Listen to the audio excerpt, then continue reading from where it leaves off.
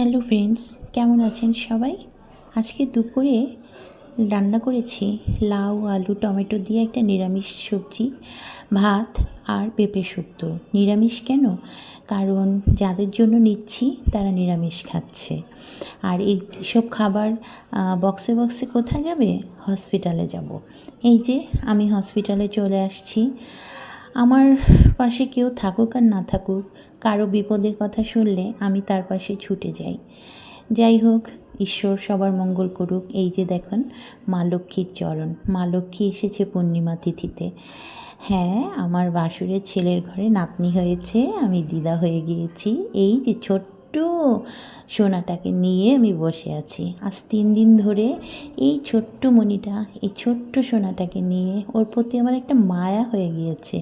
ওকে সময় মতো ওর মার কাছে নিয়ে গিয়ে দুধ খাওয়ানো থেকে শুরু করে ওর যত্ন করা, মনে হচ্ছে ও আমার সাথে মিশে গেছে একদম। আমি না থাকলে নাকি ও কান্না করে, আসলে তাই। যে ওকে নিয়ে বসে আছি। সবাই আমার এই নাতনির জন্য আশীর্বাদ করবেন, ভালো থাকবেন সবাই।